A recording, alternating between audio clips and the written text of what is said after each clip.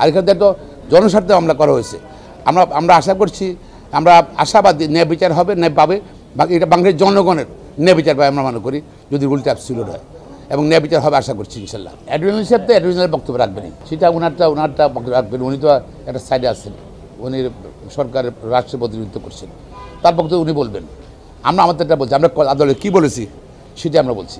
জাতীয় নিরাপত্তা, সার্বভৌমত্ব এবং জনগণের নিরাপত্তার প্রশ্ন আছে, সেই ক্ষেত্রে সরকারের আমলের প্রজেক্ট। এবং আমরা মনে করছি ওদেরই কোনো লোকজন, আগের সালের কোনো লোকজনের তাদের তত্ত্বাবধানে তাদের প্রসেসটা কিন্তু এটা আগানো হচ্ছে।